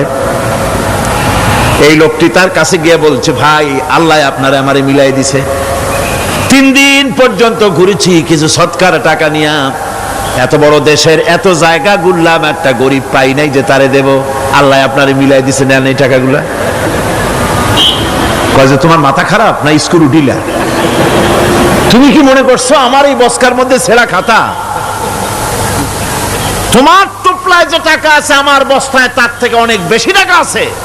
তুমি ঘুরতেছো 3 দিন, আমি ঘুরতেছি সপ্তাহকাল, একটা ভিক্ষুক পাই নাই। এটা কিসের বরকতে? ইসলামী অর্থনীতির বরকতে। যেরকম কিসের বরকতে? কপাল পোড়া জাতি, কপাল পোড়া জাতি সেই বরকতপূর্ণ সমাজ ব্যবস্থার দিকে না গিয়ে কোন নেতা কোন নেত্রী কি কইল সেদিকে দৌড়ায় পাগলের মতো। হেমিলেনের বংশীবাদক বাঁশি বাজায় চলল, আর ইঁদুর বাদর সব পিছনে ছুটলো। এর কোনো মানে হয় না। যাকাত হচ্ছে পবিত্র করে দেওয়া। নামাজের পর ইসলামের সবচাইতে গুরুত্বপূর্ণ ব্যাপার হলো নামাজ। নামাজের পরই গুরুত্বপূর্ণ ব্যাপার হচ্ছে যাকাত। আর ইবাদতের বেলায় সাধারণত নামাজের পরে আমরা রোজা বলি, নামাজ রোজা, কিন্তু আসল কথা হচ্ছে নামাজের পরেই যাকাত। কোরআনে কারিমে এভাবেই বলা হয়েছে। নামাজ এবং যাকাত এই দুটি জিনিস হচ্ছে ইসলামের প্রধান স্তম্ভ। ইসলামী রাষ্ট্র যদি হয়, যদি দেশটা ইসলামী রাষ্ট্র হয়ে যায়, তাহলে মুমিনেরা যদি ক্ষমতায় আসে তাহলে কি কাজ করবে? আল্লাহ রাব্বুল আলামিন কোরআনে কারীমের মধ্যে বলেছেন, আল্লাযীনা ইম্মাক্কান্নাহুম ফিল আরদি আকামুস সালাত ওয়া আতাউজ যাকাত। আমার মুমিন বান্দারা যদি ক্ষমতায় আসে, মুমিনরা যদি ক্ষমতা পায়, তাহলে চারখানা কাজ করবে। কয়খান কাজ? জোরে চিল্লায় কোন কয়খান? প্রথম কাজ, ক্ষমতায় এসেই নামাজ প্রতিষ্ঠা করবে। প্রথম কাজ কি? নামাজ প্রতিষ্ঠা করবে। সে নামাজের কথা বলবো কালকে। 2 নম্বরের কাজ হলো যাকাত আদায় করবে। 2 নম্বরের কাজ কি? যাকাত আদায় করবে। যাকাত বোর্ড গঠন করবে না, যাকাত আদায় করবে। যে সরকার নামাজ প্রতিষ্ঠা করে না, সে সরকারের যাকাত বোর্ড করে যাকাত আদায় করার অধিকার থাকার কথা নয়। সুবিধাবাদ জিন্দাবাদ দিলে তো চলবে না। যাকাতের টাকা নিয়ে করেন কল্যাণমূলক কাজ, কিন্তু আল্লাহর হুকুম তো সেরকম না। আল্লাহর প্রথম হুকুম হলো নামাজ প্রতিষ্ঠা করতে হবে, তারপরে যাকাত আদায় করতে হবে। কোরআন শরীফ খোলার সাথে সাথে যে জিনিসটা নজরে পড়ে সেটা কি? কোরআনে কারীম খোলার সঙ্গে সঙ্গে যে জিনিসটি নজর পড়ে তা হলো আলিফ লাম মিম যালিকাল কিতাবু লা রাইবা ফীহি হুদাল লিল মুত্তাকিন আল্লাযীনা ইউমিনুনা বিল গায়বি ওয়া ইউকিমুনাস সালাতা ওয়া মিম্মা রাযাকনাহুম ইউনফিকুন। এই কিতাবের মধ্যে কোনো সন্দেহ নাই, মুত্তাকিনদের জন্য এই কিতাব হেদায়েতের জন্য এসেছে। আর মুত্তাকি হচ্ছে তারা যারা নাকি গায়েবের প্রতি ঈমান আনে, অদৃশ্যকে বিশ্বাস করে, নামাজকে প্রতিষ্ঠা করে, আর আমি যে রিজিক দিয়েছি তার দ্বারা আমার রাস্তায় খরচ করে। ইসলাম নামাজের পরই যাকাতের জায়গাটা দিয়েছে। যেখানেই আছে আকিমুস সালাত, সেখানেই আছে ওয়াতুজ যাকাত।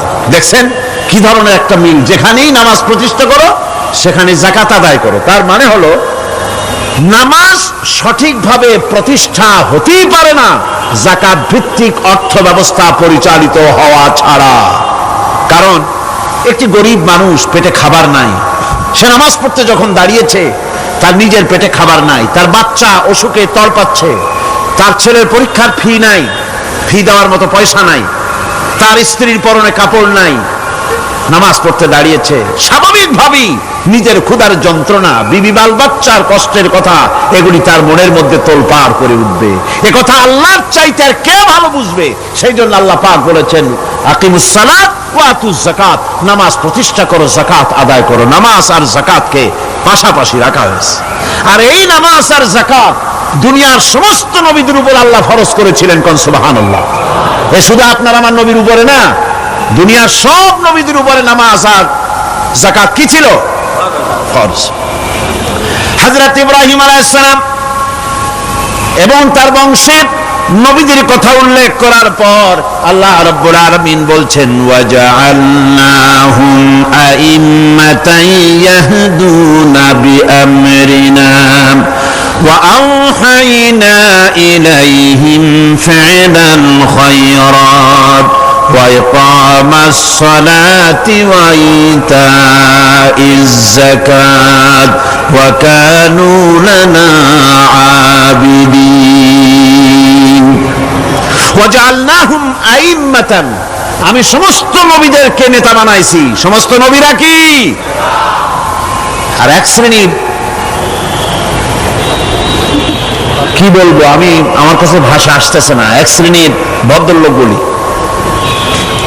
ওনারা বলেন নবীদের নেতা কওয়া যাবে না আশ্চর্য কথা এই আয়াতের অর্থ তারা কি করবেন ওয়াজআলনাহুম আইম্মাতান নবীদের কথা বলা হচ্ছে আমি সমস্ত নবীদেরকে নেতা বানিয়েছি তাদেরকে আমি নির্দেশ করেছি ভালো কাজের তারা কল্যাণমূলক কাজ করবে এটা নির্দেশ করেছি নেতা বানিয়েছি আর তাদেরকে বলেছি কল্যাণমূলক কাজ করার জন্য নামাজকে প্রতিষ্ঠা করার জন্য যাকাতকে আদায় করার জন্য আর তারা সবাই ছিল আমার অনুগত বাধ্যগত নবীরা সব হলেন নেতা নবীরা কি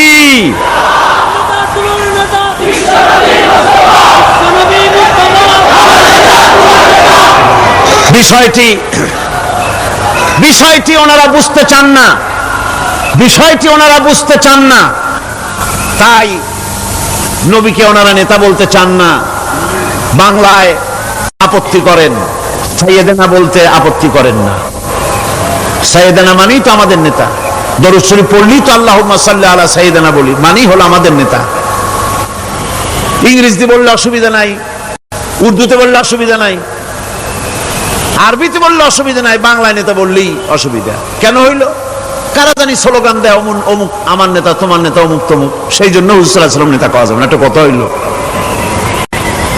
রাসূল করিম সাল্লাল্লাহু আলাইহি ওয়াসাল্লাম নবীরাই যদি নেতা না হন তাহলে নবীরা কি অনুসারী নাউযুবিল্লাহি মিন যালিক রাসূলকে বলা হয় ইমামুল মুরসালিন আমাদের হুজুরকে কি বলা হয় আমাদের রাসূলকে কি বলা হয় ইমামুল মুরসালিন মানে কি সমস্ত নবীদের নিয়ে উনি নামাজের সমস্ত নবীরা একটা মসজিদে নামাজ পড়তেন উনি সেখানে ইমামতি করতেন নাকি না সমস্ত নবীদের তিনি ইমাম নেতা সুবহানাল্লাহ সুতরাং এটা এক ধরনের মূর্খতা আল্লাহ পাক বলছেন আমি সমস্ত নবীদেরকে নেতা হিসাবে পৃথিবীতে প্রেরণ করেছি তারা হচ্ছেন নেতা তাদেরকে আমি হেদায়েত দিয়েছি আমি হুকুম করেছি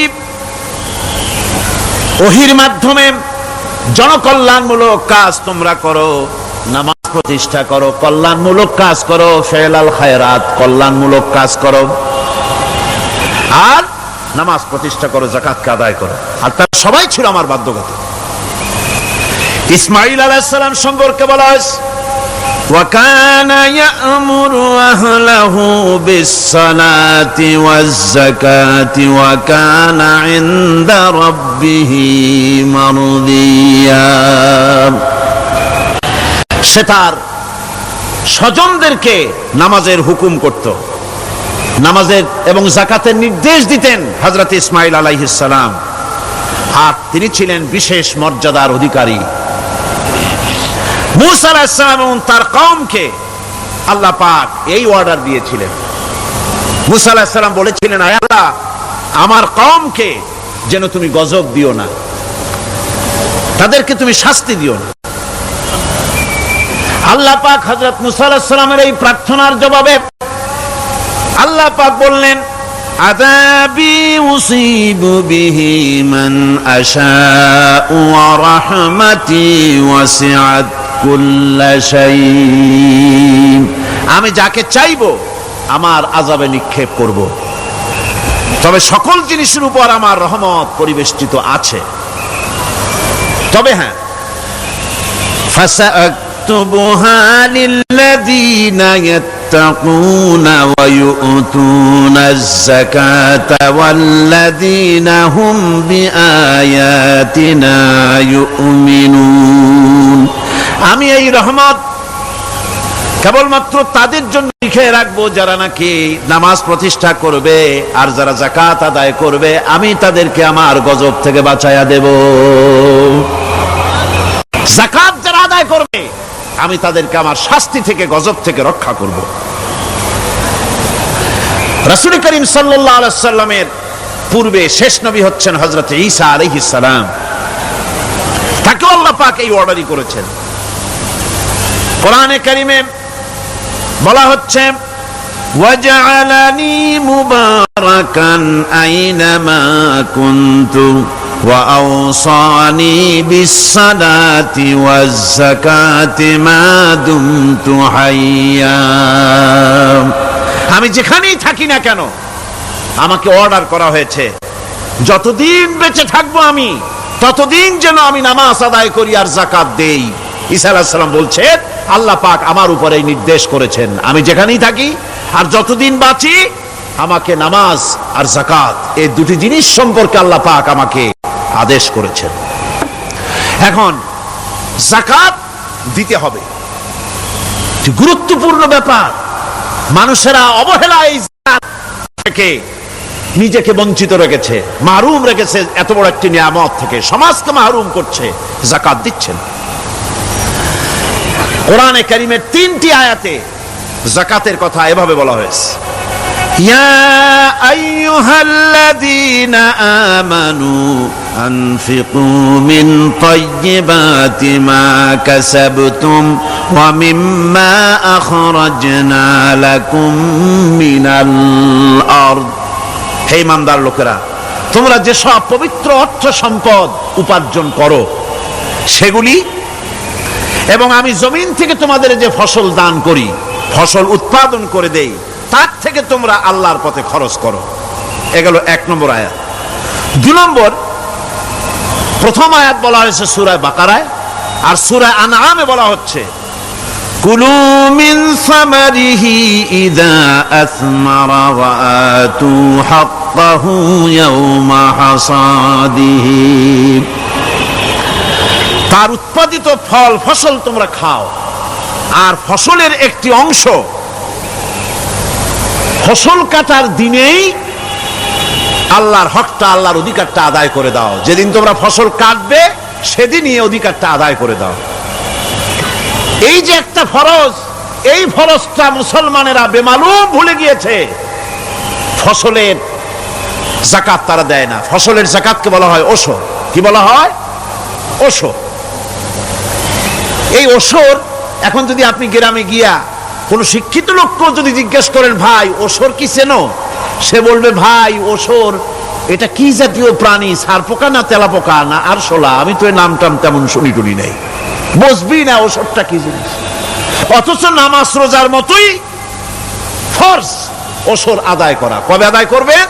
যেদিন আপনি ফসল কাটবেন সেই দিনই ওশর আদায় করে দিবেন। পরিমাণটা কি হবে? পরিমাণ হবে আকাশের বৃষ্টির পানি দিয়ে, আকাশের বৃষ্টির পানি দিয়া যদি ফসল হয় তাহলে দিবেন 10 ভাগের 1 ভাগ। 10 মণ যদি ধান হয়, গম হয়, ডাল হয়, 1 মণ আল্লাহর অধিকার আদায় করে দিবেন। অধিকারটা কার? আল্লাহ কি করবে দিয়া? আল্লাহর অধিকার মানে গরিবের অধিকার, গরিবের হক, এই অধিকারটা আদায় করে দাও। 10 মণ হলে কয় মণ? কি হলে? যদি আকাশের বৃষ্টির পানিতে হয়। আর যদি আপনার সেচের মাধ্যমে হয়, সেচ পরিকল্পনার মাধ্যমে পয়সা খরচ করে পেট্রোল ডিজেল লাগায়া ইঞ্জিন চালায়া পানি উঠাইয়া কষ্ট করে ফসল ফলাইছেন, তাহলে আল্লাহ পাক বলছেন 10 মণে 1 মণ দেওয়া লাগবে না, তোমার খরচ হইছে বেশি। বান্দারে, তোমার উপরে আল্লাহ পাক জুলুম করবেন না, এবার 20 মণ হলে তার থেকে 1 মণ দিও। সুবহানাল্লাহ। ওয়ামাল্লাহু বিযাল্লামিল লিল আবিদ। আল্লাহ রাব্বুল আলামিন তার বান্দার উপরে জুলুম করেন না। সুবহানাল্লাহ। কোন এইভাবে করে ওশরের যাকাতটা তোমরা ঠিকমতো আদায় করে দিও। ওশরটা দিও, ফসলের ওশর দিও আর টাকার যাকাত দিয়ে দিও।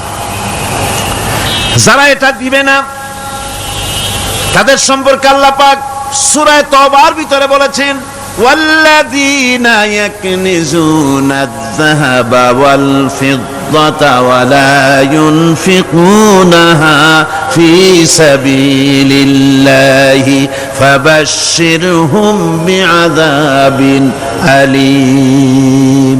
যারা নাকি স্বর্ণ এবং রৌপ্যকে সঞ্চয় করে, জমা করে, ওয়ালা ইউনফিকুনাহা ফি সাবিলিল্লাহ, আর আল্লাহর রাস্তায় তা খরচ করে না, ফাবাশশিরহুম বিআযাবিন আলীম, তাদেরকে কঠিন পীড়াদায়ক শাস্তির সুসংবাদ দাও। পীড়াদায়ক শাস্তির কি দাও? শাস্তির কি সুসংবাদ হয় নাকি? হয়তো উচিত ছিল শাস্তির দুঃসংবাদ শোনাও, না, আল্লাহ বলছেন সুসংবাদ শোনাও। এটার দৃষ্টান্তটা আমার ভাষায় আমি মানুষকে এভাবে বুঝাই। ছেলে খুব দুষ্ট, দুষ্টামির ঠেলায় অস্থির, তার মা মোটেই সামলাতে পারছে না। তখন মা বলে, বেটা আমার কথা তো শুনলি না, তোর বাবা আসুক, তারপরে আমি তারে নালিশ করব। এমন পিট্টি দেবে, মজা টের পাবি। তখন পিট্টি দিলে কি মজা লাগে নাকি? তার মানে শাস্তির তীব্রতা বুঝাবার জন্য বলা হচ্ছে, মজাটা টের পাবা। আল্লাহ রাব্বুল আলামিন বলছেন, কঠিন পীড়াদায়ক শাস্তির সুসংবাদ ওদের দাও, সোনা রূপা যারা জমা করে রাখে, যাকাত দেয় না, আল্লাহর রাস্তায় খরচ করে না। সোনা এখন পুরুষেরাও ব্যবহার করা আরম্ভ করছে। অবশ্য চিটাগংয়ে এমন কাম শুরু হয় নাই। ছাত্র, শিক্ষক, অফিসার গলায় একটা সোনার চেন, শীতের দিনেও সামনের বোতাম খুলে রাখে যাতে চেনটা সকলে দেখে। মিয়া সাহেব, এটা সোনার চেন না, জাহান্নামের আগুনের শিকল পড়েছ। পুরুষের জন্য এক রত্তি সোনাও হারাম। তোমার শরীরের সৌন্দর্য বাড়াবার জন্য স্বর্ণ ব্যবহার করতে পারবা না। স্বর্ণ রৌপ্য জমা করলো আর আল্লাহর রাস্তায় খরচ করলো না। রব্বুল আলামিন বলেন, ইয়াউমা ইউহমা আলাইহা ফি নারি জাহান্নামা ফাতুকওয়া বিহা জিবাহুহুম ওয়া জুনুবুহুম ওয়া যুহুরুহুম। একদিন আসবে এমন, যেদিন এই সঞ্চিত ধনরাশি, সোনা দানাগুলি জাহান্নামের আগুন দিয়ে জ্বালানো হবে। আর জাহান্নামের আগুন দিয়ে জ্বালায়া এইগুলি দিয়ে তার পিঠের উপরে আর পাঁজরে সিল মারা হবে জাহান্নামের আগুন দিয়া। বলা হবে, হাদা মা কানাজতুম লিআনফুসিকুম ফাযুকু মা কুনতুম তাকনিজুন। মজা চাখো, স্বাদ গ্রহণ করো, এ হলো তোমার সেই সঞ্চিত সম্পদ, সঞ্চিত ধনরাশি যা তুমি জমা করেছো আর আল্লাহর রাস্তায় খরচ করনি। এখন এর শাস্তি গ্রহণ করো। সুতরাং সঞ্চয় করা, মাল জমা করা এক শ্রেণীর লোক আছে। আল্লাহ পাক বলছেন, আল্লাযী জামা মালান ওয়া আদ্দাদা, মাল জমা করে আর মোছে তেল মাখে। টেলিফোন করে, হ্যালো, সোনালী ব্যাংকের ম্যানেজার সাহেব নাকি? বলে, হ্যাঁ, দেখুন তো আমার ব্যালেন্সটা কত। উনি বললেন, বল্টু সাহেব, আপনার ব্যালেন্স হচ্ছে 50,77,372 টাকা 79 পয়সা। তখন মোজ ঘষে, আতর লাগায়, তেল মাখে আর মনে মনে আনন্দ হয়, আরো কিছু জমা করতে পারলেই তো কঠিন কোটায় পৌঁছে যাব। আল্লাযী জামা মালান ওয়া আদ্দাদা, মাল জমা করে আর গুনতে থাকে, আল্লাহর রাস্তায় খরচ করে না। আল্লাহ রাব্বুল আলামিন বলছেন, খুয মিন আমওয়ালিহিম সাদাকাতান তুতাহহিরুহুম ওয়া তুযাক্কিহিম বিহা, তাদের অর্থ সম্পদ থেকে যাকাত উসুল করে তাদেরকে পবিত্র করে দাও। যাকাত আদায় করার মানেই হলো তার সম্পদগুলি পাক হয়ে গেল। কোন আলহামদুলিল্লাহ, সম্পদ পাক হয়ে গেল, পবিত্র হয়ে গেল। আর যেই সম্পদের যাকাত দেওয়া হয় না, আল্লাহর রাস্তায় খরচ করা হয় না, তা সম্পূর্ণরূপে অপবিত্র, নাপাক। কি পরিমাণ সম্পদের নিসাবটা কেমন হবে? নিসাব হবে 52.5 তোলা রৌপ্য যদি আপনার কাছে থাকে, আপনি বাজার দর হিসাবে যাকাত দিবেন। স্বর্ণ 7.5 তোলা পর্যন্ত যদি হয়ে যায়, তাহলে অবশ্যই বাজার দর হিসাবে প্রতি বছর তার যাকাত দিবেন। ছাগল যদি 40টা থাকে যাকাত দিবেন, গরু যদি 30টা থাকে তাহলে যাকাত দিবেন। যাকাতের মাসলাটা খুবই কঠিন, যেখানে সেখানে গিয়ে জিজ্ঞেস করে এর জবাব পাওয়া সুকঠিন হয়ে যাবে। এই জন্য মাল পবিত্র করার জন্য, জাহান্নামের কঠিন শাস্তি থেকে বাঁচার জন্য আমি আপনাদেরকে উপদেশ দেব, সাজেশন করব, পরামর্শ দেব একটা বই পড়ার জন্য। বইটা লেখক হচ্ছেন আল্লামা ইউসুফ আল কারজাবি। বর্তমান আসরে, এই বর্তমান বিশ্বের একজন সাহসী মুফাক্কির ইসলাম, কাতার ইউনিভার্সিটির শরিয়া ফ্যাকাল্টির ডিন। তার লেখা ফিকহুজ যাকাত, এই আরবি, বিশাল এই আরবি গ্রন্থের অনুবাদ করেছেন অনুবাদ রাজ্যের রাজা, এদেশে ইসলামী আন্দোলনের, এই ভূখণ্ডের পুরোধা ইসলামী আন্দোলনের বর্তমান সব নেতাদের উস্তাদ আল্লামা হযরত মাওলানা আব্দুর রহিম সাহেব রাহিমাহুল্লাহ। আল্লাহ তাকে জান্নাতুল ফেরদাউসের মেহমান বানায়, নিকজরে কোন আমিন। তিনি এটার অনুবাদ করেছেন, ইসলামে যাকাতের বিধান। ইসলামে, নামটা মনে রাখেন, ইসলামে যাকাতের বিধান। ইসলামী ফাউন্ডেশন বইটা বের করেছে, এত বড় 2টি খণ্ড। এই বইটি আপনারা সংগ্রহ করবেন, ইসলামের যাকাত বিধান। বইটি আপনারা সংগ্রহ করবেন মনে করে। এখন যাকাতের নিসাব আমি বললাম, এবার বলবো যাকাতের খাত। আমি যা বলতেছি এগুলি আমার বানানো নাকি? আল্লাহর কথা বলছি। কার কথা? আল্লাহর কথা। যাকাত কোথায় কোথায় ব্যয় করবেন, কারে কারে দিবেন? আল্লাহ রাব্বুল আলামিন বলেন, ইন্নামাস সাদাকাতু লিল ফুকারাই ওয়াল মাসাকিন ওয়াল আমিলিনা আলাইহা ওয়াল মুআল্লাফাতি কুলুবুহুম ওয়া ফির রিকাব والغارمين وفي سبيل الله وابن السبيل فريضة من الله والله عليم حكيم। সূরা তওবার মধ্যে আল্লাহ পাক যাকাত কোথায় কোথায় দিবেন খাতগুলি আল্লাহ বলে দিচ্ছেন। কোন আলহামদুলিল্লাহ। যেখানে সেখানে যাকাত দেওয়া যাবে না। যাকাতের জন্য খাত হচ্ছে 8টা। যাকাতের জন্য খাত কয়টা? 8টা। 8টি খাতে আপনার যাকাতের টাকা আপনি ব্যবহার করবেন, ব্যয় করবেন। প্রথম দিবেন ফকিরদেরকে। প্রথম দিবেন কাদেরকে? ফকির। ফকির কারা? ফকির হচ্ছে নিজের জীবন জীবিকায় অন্যের মুখাপেক্ষী। তারপরে শিশু, এতিম, বিধবা, জীবন চালানো খুবই কষ্টকর, অভাবগ্রস্ত লোক, এরা হচ্ছে ফকির। আর মিসকিন হচ্ছে যারা নিজেদের প্রয়োজন উপযোগী অর্থ উপার্জন করার সামর্থ্য নাই, আর মানুষের কাছে আত্মমর্যাদার কারণে হাত পাততেও পারে না। এক কথায় এক গরিব ভদ্রলোক।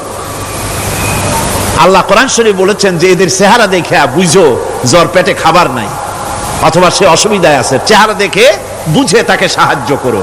সে এমন শরীফ মানুষ আছে না আমাদের সমাজে? লোক এরকম আছে না? আছে কিনা? ঘরের মধ্যে 3 দিনও রান্না হয় নাই, কিন্তু দাড়ি টাড়ি সুন্দর করে আশ্রয়া, জামাটা পরিপাটি করে গায়ে দিয়ে বেরোচ্ছে, কারোর কাছে হাত পাতে না, তার সরাপাতে তার ভদ্রতায় বাঁধে।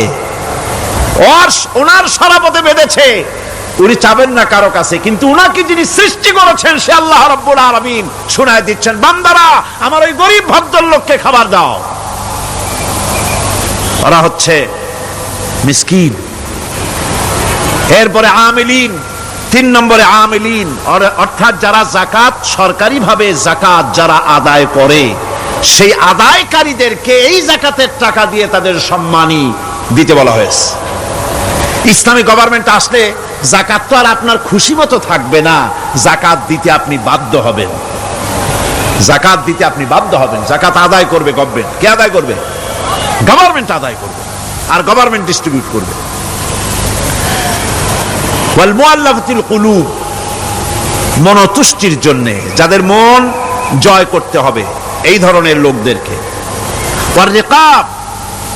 আর গলদেশের মুক্তিদানের জন্য, ওয়াল গারিমিন, আর ঋণগ্রস্ত ব্যক্তি, তাও আবার এমন পর্যায়ের যে ঋণ পরিশোধ করতে গেলে যদি তার এমন অবস্থা হয় যে তার কাছে যাকাত দেওয়ার মতো টাকা থাকে না, এরকমের অবস্থা যদি হয় তাহলে যাকাতের টাকা দিয়ে তার ঋণ পরিশোধ করে দেওয়া যেতে পারে।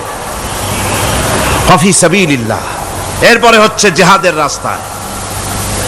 জিহাদের রাস্তা মানে জিহাদ যখন শুরু হবে সেই জিহাদের ময়দানে আপনি বন্দুক রাইফেল কিনে দেওয়ার সাহায্য করবেন সেটা নয়, কিন্তু শুধু এটাকে বোঝানো হয় নাই।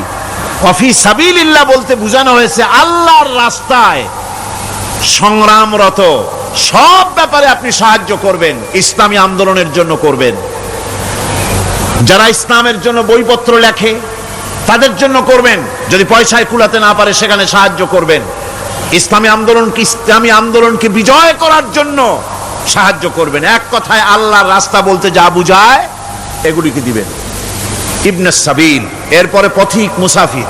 পথিক মুসাফির সে যদি বাড়িতে ধনী থাকে, ঢাকায় ধনী, কিন্তু চট্টগ্রামে এসে সর্বহারা হয়ে গেছে, টাকা পয়সা সব লুটপাট হয়ে গেছে, এখন বাড়ি ফেরার উপায় নাই, যাকাতের টাকা দিয়ে তাকে সাহায্য করা যেতে পারে। এই 8টি খাতে এভাবে যাকাত দেওয়ার জন্য আল্লাহ খাত সৃষ্টি করেছেন। কয়টা খাত হলো? 8টা খাত। ইসলাম যাকাত ভিত্তিক অর্থ ব্যবস্থা কায়েম করে, আর অনৈসলামিক সরকার সুদ ভিত্তিক অর্থ ব্যবস্থা কায়েম করে। যাকাত আর সুদের মধ্যে পার্থক্য কি? যাকাত হচ্ছে, এক কথায় বুঝাই, ব্যাখ্যা দেব না, এক কথায় বুঝাবো। যাকাত হচ্ছে ধনীদের কাছ থেকে নেও, গরিবদেরকে দাও। আবার শুনুন, যাকাত হচ্ছে ধনীদের কাছ থেকে নাও, গরিবদেরকে দাও।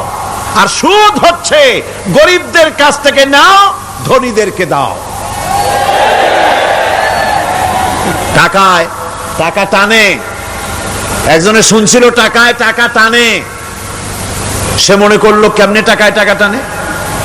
তারপরে সে এক ব্যাংকের সামনে গিয়ে অনেক টাকার মধ্যে নিজের একটা টাকা ছুঁড়ে মেরেছে। ঘন্টা 2 দাঁড়ায় আছে, দেখে যে তার টাকা আসে না। তখন ব্যাংকের দারোয়ান এসে পিছন থেকে গলাটা ঠেসে ধরছে, বেটা তুমি চোর নাকি, না হাইজাকার, না মাস্তান, না সাদাবাজ? কয় যে না, আমি এর কোনোটাই না। তাহলে এই পজিশন নিয়ে দেখতেছো কি? কয় যে আমি শুনছিলাম টাকায় টাকা টানে, সেজন্য আমার পকেটে একটা টাকা ছিল, ওই যে কেশিয়ার টাকাগুলি গুনতেছে ওইখানে মারলাম, দেখিনি টাকা, আমার টাকায় কিছু টাকা টাইনে আনে। এতক্ষণ দাঁড়ানো, আমার টাকা তো টানলই না, আমার যে একটা টাকা তাও আসে না। দারোয়ান বলছে, বেটা তুমি ঠিকই শুনেছো, টাকায় টাকা ঠিকই টানে, ওই অনেকগুলা টাকা তোমার একটা টাকারে এমন ভাবে টাইনিয়া ধরছে, বাইরে আবার উপায় নাই। সুদভিত্তিক অর্থ ব্যবস্থায় গরিবরা এভাবে শোষিত হয়। শোষিত হয় কারা? গরিবরা। সিনেমা কারা বানায়? ধনীরা। শোষিত হয় কারা? গরিবরা। লক্ষ্য করেন, তাকান, আল্লাহর কথা কত বাস্তব। ধনীরা সিনেমা বানায়, শোষিত হচ্ছে গরিবেরা। রিক্সা চালায়, ঠেলা গাড়ি চালায়, মাথার ঘাম পায়ে ফেলেছে, পরিশ্রান্ত হয়েছে, বিকাল বেলায় সেই টাকা নিয়ে যাচ্ছে বাজার করতে। সিনেমা হলের সামনে যায় দেখে সর্বনাশ, যুবক একটা যুবতীর জড়ায় ধরছে 2 হাত দিয়া, নিচে লেখা কি যে প্রেম আর কত যে জ্বালা। বেচারা গরিব মানুষ মাথা গরম হয়ে গেছে এটা দেখিয়া, যে বাইরে যদি এত জ্বালা, ভিতরে না জানি কত মজা। যে টাকা দিয়ে চাউল কিনতো সেই টাকা দিয়া টিকিট কিনে সিনেমায় ঢুকলো। এর মাথা ঘামানো পয়সাগুলি পাইল কে? বড় লোকই পেল। বড় লোকেরা ব্যাংকে টাকা রাখে, গরিব মানুষেরা ব্যাংক থেকে টাকা লোন নেয়। কৃষি লোন নিল, গরু কিনলো, বীজ কিনলো, সার কিনলো। আকাশ থেকে বৃষ্টি হলো না, অনাবৃষ্টি, অতিবৃষ্টি, খরার কারণে ফসল হলো না। ব্যাংক কি তার লোন মাফ করবে? তার সুদ মাফ করবে? শেষ পর্যন্ত গরুটা বেচা, মায়ের হাতের, বউর হাতের শেষ চুরি গাছা বিক্রি করে লোন পরিশোধ করলো। বড় লোকের টাকা ওখানে ছিল, ওই টাকায় আরো টাকা গিয়ে জমলো, আর গরিব ফতুর হয়ে গেল। এই জন্য আল্লাহ পাক বলেছেন সুদ হচ্ছে ওয়াহাল্লাল্লাহুল বায়আ ওয়া হাররামা রিবা। আল্লাহ পাক ব্যবসাকে করেছে হালাল, সুদকে করেছেন হারাম। এই সুদের মধ্যে 70টি গুনাহ, তার ছোট্ট গুনাহ হলো নিজের মায়ের সাথে জিনা করা। জোরে কোন নাউজুবিল্লাহ। মায়ের সাথে জিনা করার চাইতেও নিকৃষ্ট, এটা হলো ছোট গুনাহ। টের পাইছেন? এটাই হলো ছোট গুনাহ। তাহলে বড় গুনাহ কি? বড় গুনাহ হচ্ছে আল্লাহ আর তার রাসূলের সাথে যুদ্ধ করা। নাউজুবিল্লাহ পড়ে। সুতরাং এই সুদ ভিত্তিক অর্থ ব্যবস্থার, এই সুদ ভিত্তিক অর্থ ব্যবস্থাকে নির্মূল করে দিয়ে ইসলাম যাকাত ভিত্তিক অর্থ ব্যবস্থা কায়েম করেছিল, যার ফলে মানুষ খেয়ে পরে সুখে শান্তিতে বসবাস করেছে। চুরি নাই, ডাকাতি নাই, জেনা নাই, ব্যভিচার নাই, হত্যা নাই, ধর্ষণ নাই। এমন এক সময় এসেছিল কোরআনে কারিমের বরকতে, যাকাত ভিত্তিক অর্থনীতির বরকতে এমন এক সময় এসেছিল ময়দানে ঢোল পিটানো হতো বাজারে বাজারে, যাকাত কে নেবে, যাকাত কে নেবে, যাকাত কে নেবে। একজন মানুষও খুঁজে পাওয়া যায় নাই যে বলবে যাকাত আমার দরকার। গল্প করলাম? এটা কি গল্প? এটা বাস্তব। হযরত ওমর বিন আব্দুল আজিজ রাহমাতুল্লাহ আলাইহির জামানায় সদকার টাকা নিয়ে 3টি দিন একজন ঘুরেছেন গ্রামে গ্রামে, ময়দানে ময়দানে। একটা গরিব খুঁজতেছেন সদকার টাকা দেবে, গরিব খুঁজে পাওয়া যায় না। ক্লান্ত শ্রান্ত হয়ে মরুদ্যানের ভিতরে আরাম করতেছেন। এমন সময় দেখতে পেলেন সেখানে আরেকটা লোক আসছে, ধুলা মলিন বড় একটা বস্কা তার সাথে।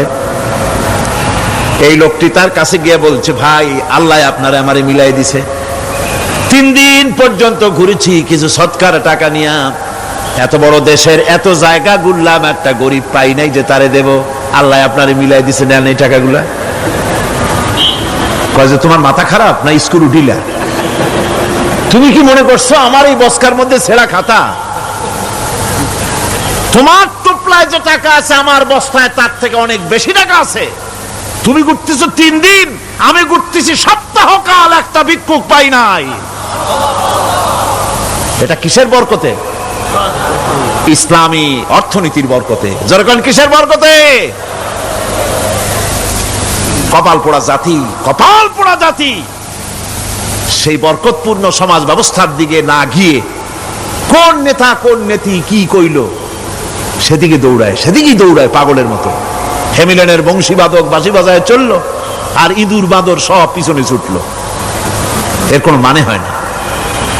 ربنا ظلمنا أنفسنا وإن لم تغفر لنا وترحمنا لنكونن من الخاسرين ربنا لا تزغ قلوبنا بعد إذ هديتنا وهب لنا من لدنك رحمة إنك أنت الوهاب أي الله تعالى হাজার হাজার মুসলমান নরনারী ঠান্ডাকে উপেক্ষা করে তোমার দ্বীনের কথা শোনার জন্য, কোরআনে কারীমের কথা শোনার জন্য এই মাঠে এসে হাজির হয়েছে।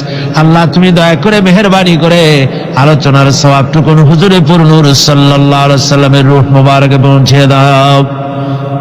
রব্বুল আলামিন, আমাদের মধ্য থেকে যাদের মা বাপ দুনিয়া থেকে জনমের মতো বিদায় হয়ে গেছে, আল্লাহ কবরে যদি আযাব থাকে দয়া করে আযাব মাফ করে দাও। আল্লাহ আমাদের মা বাপের উপরে তোমার রহমত নাজিল করো। রব্বিরহামহুমা কামা রাব্বায়ানি সগীরা, রব্বিরহামহুমা কামা রাব্বায়ানি সগীরা। হে আল্লাহ রব্বুল আলামিন, এই মাহফিলে যত লোক আছি আমরা, কার কোন ব্যাধি আছে, রোগ আছে, আমরা তুমি ভালো করে জানো। আমাদের প্রত্যেকের ব্যাধিকে তুমি শিফায়ে আজলা দান করে দাও। اللهم حبب إلينا الإيمان وزينه في قلوبنا وكره إلينا الكفر والفسوق والعصيان واجعلنا من الراشدين ربنا تقبل منا إنك أنت السميع العليم وتب علينا إنك أنت التواب الرحيم سبحان ربك رب العزة عما يصفون وسلام على المرسلين الحمد لله رب العالمين واجعل آخر كلمة عند الموت لا إله إلا الله মুহাম্মাদুর রাসূলুল্লাহ।